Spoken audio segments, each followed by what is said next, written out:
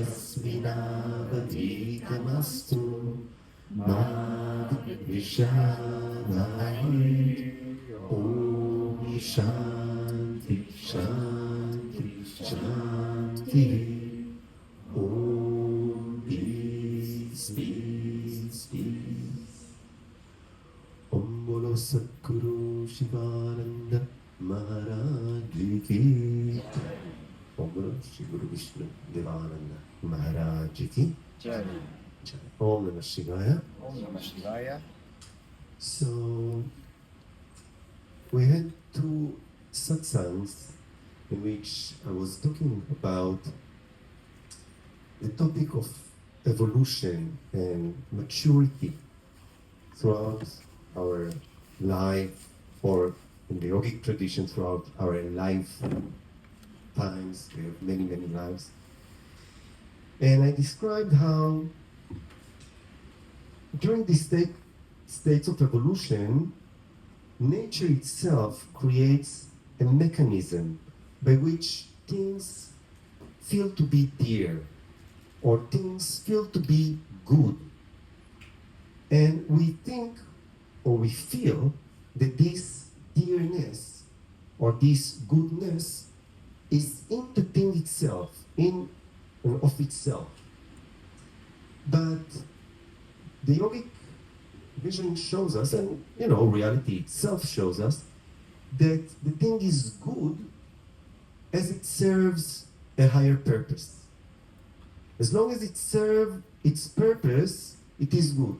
But once the same thing, with the same approach, with the same kind of utility, and the same kind of using it is exceeding a certain point, the thing doesn't really serve its purpose, and therefore feels dead.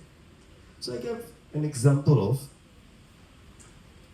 eating something, and some people will always give the example of chocolate or chocolate cake or pizza, whatever it is. In the beginning, it feels good.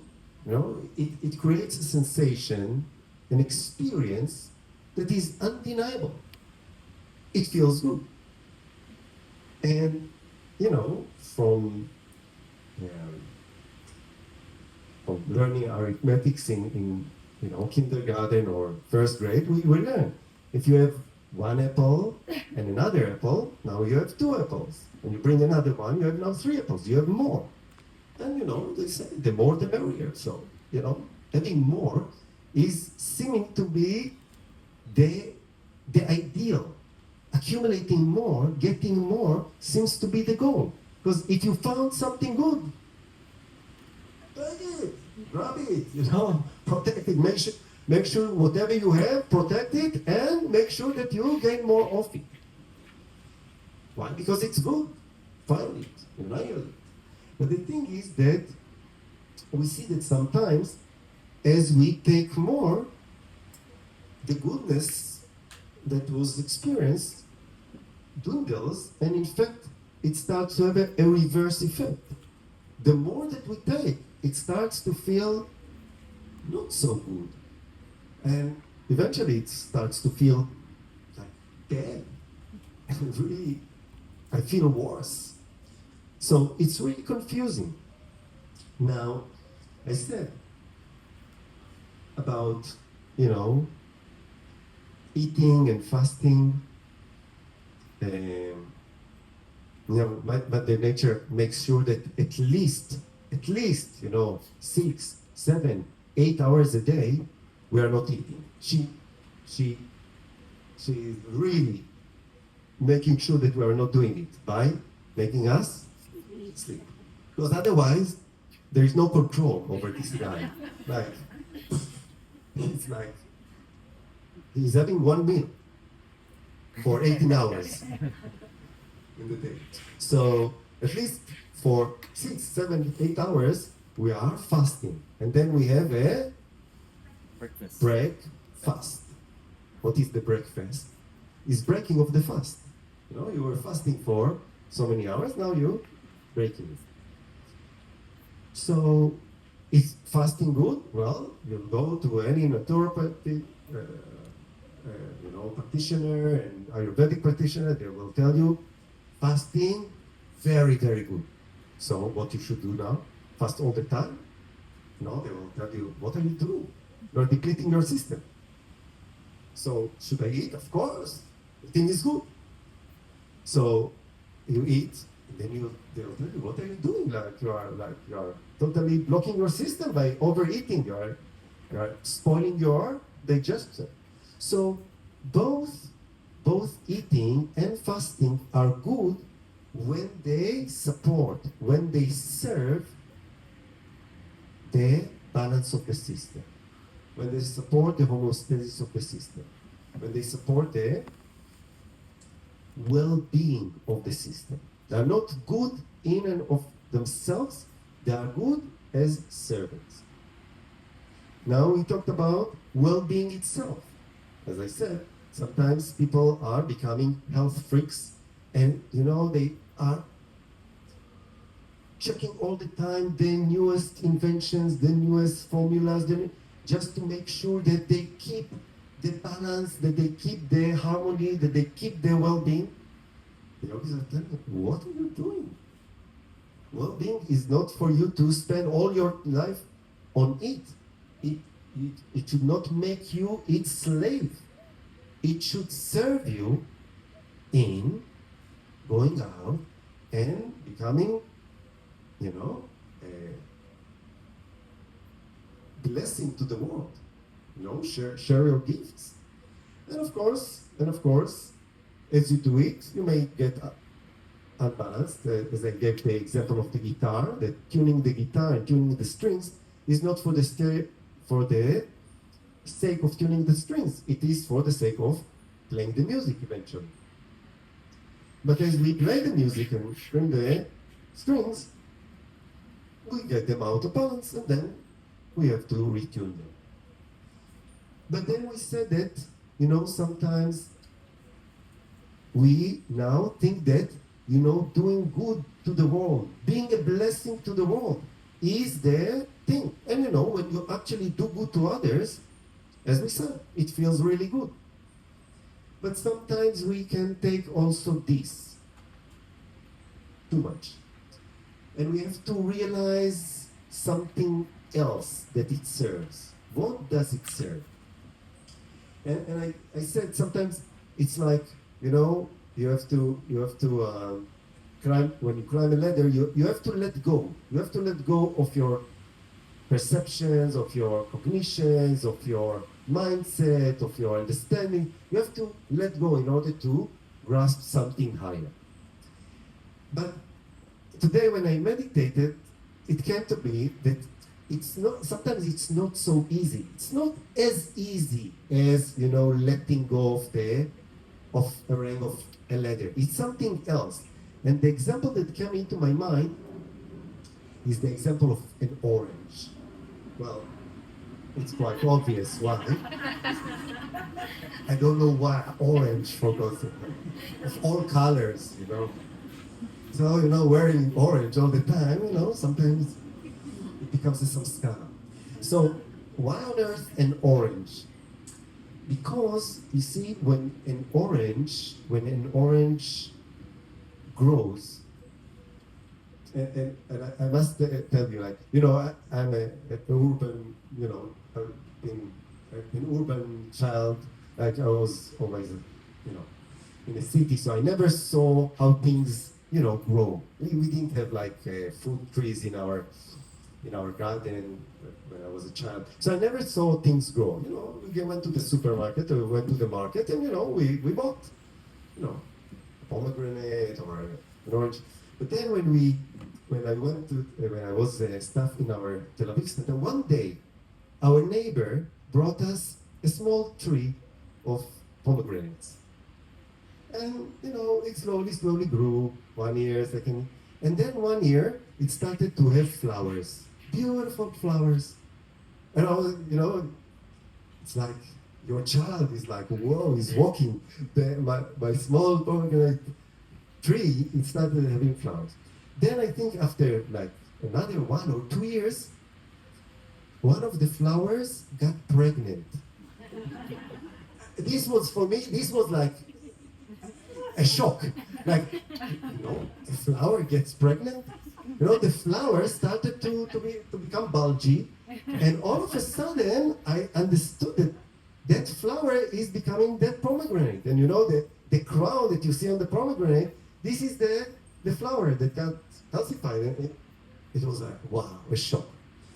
So anyway, going back to the orange, when the orange embryo emerges, there is no distinction. There is no distinction between the fruit and the peel. It's like one homogeneous thing. You cannot distinct where one ends and one begins. But as it grows more and more and more and more and more, and by the way, the peel is really, what does it do? The peel does what? It protects the orange and allows it to grow. Without the peel, the orange will just wither. It cannot survive. So the peel is one and the same with the orange, and it protects it and it allows it to grow and grow and grow. So, from the standpoint of the orange, this is its very self. This is its very existence. This is its very survival. Without the peel, it cannot. But at a certain point of the orange maturity, there is a distinction, between the fruit itself and the peel. And eventually, for the orange to, fulfill its purpose, it has to renounce the peel. It has to be peeled. And usually, what do we do with the peel? Either we put it in the compost or we throw it in the garbage bin. If we have a grandmother, we give it to the grandmother. She will make a jam out of it. But we, the peel is something else. You put it aside and you go for the fruit. But the fruit could not have been there without the peel. So you see, when we are climbing a ladder, the ladder is something apart from me. It's easy, It's just a ring that I'm holding on to. I can just let go of it and reach to another. But for the orange, the peel is not something else. It's not just a support. The peel was with it from the moment it emerged as an embryo orange. It grew with it. It protected it. It was his very life, his very survival. So when we have to go into a growth process, sometimes this growth process is very, very, very frightening. And it creates an anxiety, within us. Because it feels that, how can I part from it?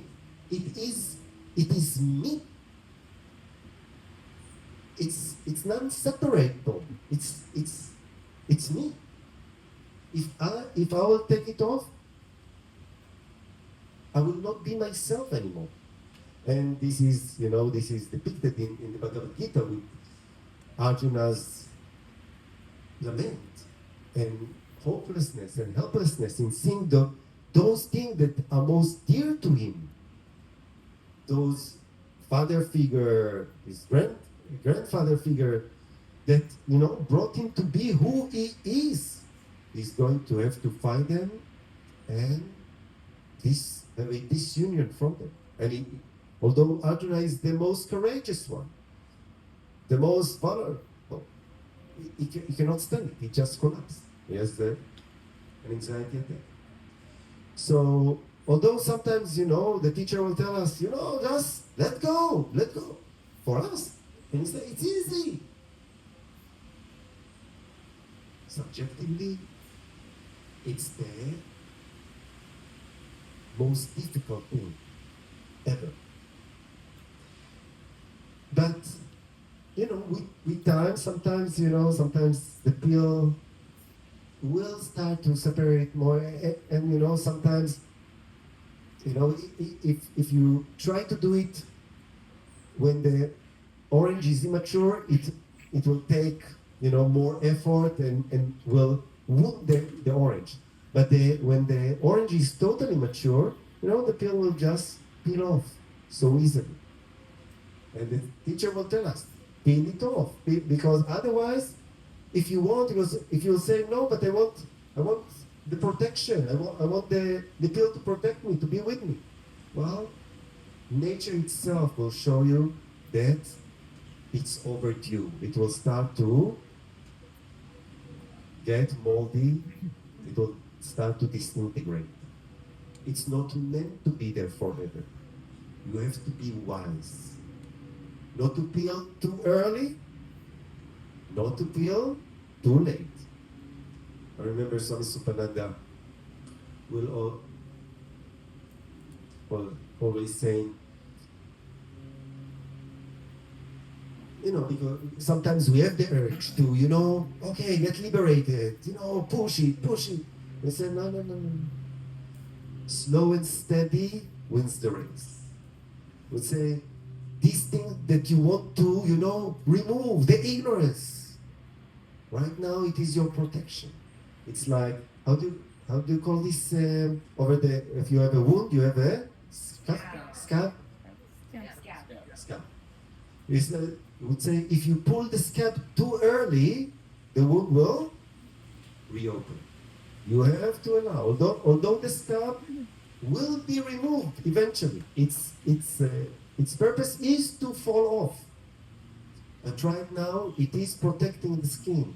It protects a certain inner process that goes underneath the surface level and allows things to heal. At a certain moment, don't be attached to it. When the healing has happened, don't be attached. Allow it to fall. But don't pull it too early. You know, sometimes we are. Have you done this? I know. No? Anyway, so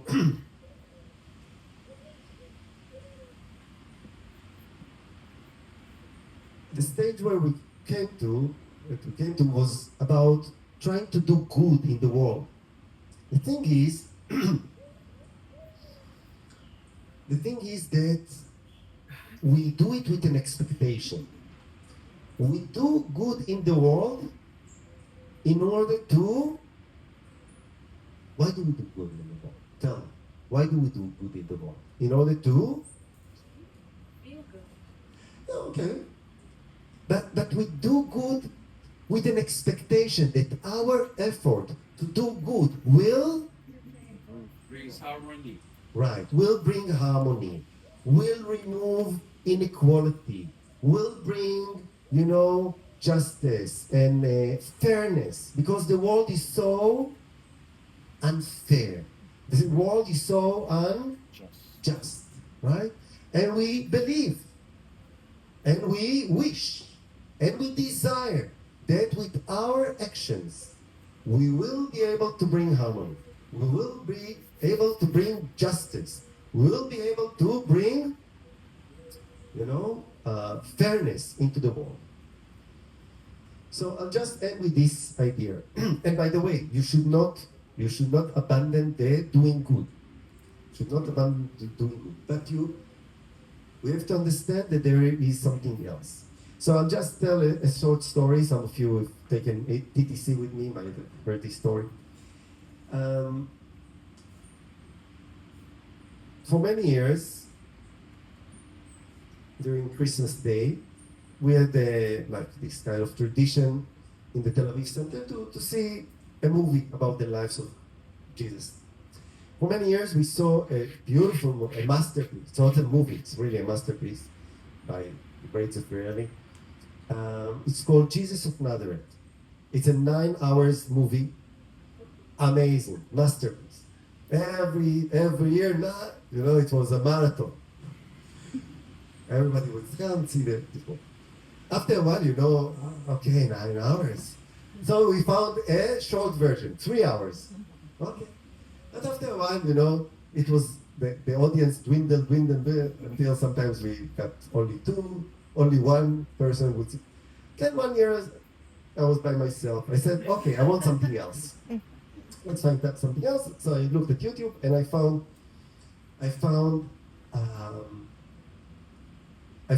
another version of the Lives of Christ. It was quite a contemporary one, quite a new one, a Hollywoodic version. And starting seeing it, definitely in comparison to Jesus Project, it was such a kitsch. It was oh my God. Okay. But anyway, sometimes you watch a TV show, and it's like, and you ask yourself, what am I doing? Why am I sitting? And for some unknown reason, you keep on sitting and watching it. I think I'm not the only one. Anyway, so I kept on watching, and then there was one scene. I said this one scene was, worth the whole suffering. So the scene was, I didn't see this scene in other movies. It was about Jesus doing his tapas, his austerities in the desert, and for 40 days and 40 nights. And then towards the end of it, Satan is coming to him to test him. And Satan is coming to him first time, and he tells him, just bow down to me. You are so great, just bow down to me, and I will make you the richest. I will give you so much abundance of treasures and money and riches and everything. And Jesus is looking at him and saying, what? Who cares about riches? Who cares about prosperity? Just go away. Beat it. So Satan is going on. So second time he comes back, and now we have another offering. He says, if you'll just bow down to me, I will transport you to the corner. I think it was the western southern corner of the wall surrounding the temple in Jerusalem. So I will transport you there. Jesus was a rabbi in Israel. He was Jewish. Anyway, so I will transport you there, and at the time that when the Sabbath is coming and all the Levites are, blowing their trumpets and everybody is looking up, they will see you jumping headlong, and I will save you, and everybody will see that you are beyond death and you are doing miracles. Jesus is looking at him and saying, what's wrong with you, man? Like, what's coming over you? What is this nonsense? Go away from here. So Satan is gone. Third time he comes. Now he has a really intriguing proposition. So he tells him, just bow down to me. And he shows him in a vision all beings in all planes of existence for eternity suffering. He shows him the suffering of samsara. And he tells him, just bow down to me. And I will allow you to alleviate all suffering forever. Wow. I was intrigued. So I said, wow. What Jesus will answer to this, because, sell your soul and free everyone from suffering forever. And Jesus looked at him and he said the most spiritually genius answer.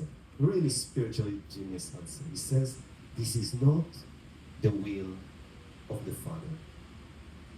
If God wanted to create a world without suffering, a creation without suffering, God would create a creation without suffering. Who am I to obliterate something that God devised? So, of course we should do good. Of course we should try to, support and mend and heal. But we should do it offering the fruits to God. Because we are doing it and trying to impose the results on reality. We should do good, but offer it to the divine, offering the fruits of our action to the divine, to do with those fruits whatever the divine intelligence and the divine will see as good. Because as we do good, the maturity of doing good is understanding that my perspective of good is very, very limited. Yeah. Good is to stop now. Yeah. I understand that. Offering it to the divine is good. And this is where karma, doing karma, becomes karma yoga. Do good, but offer the fruits to the divine to do these fruits as he sees best. Because I understand that my view is very, very, very limited. Om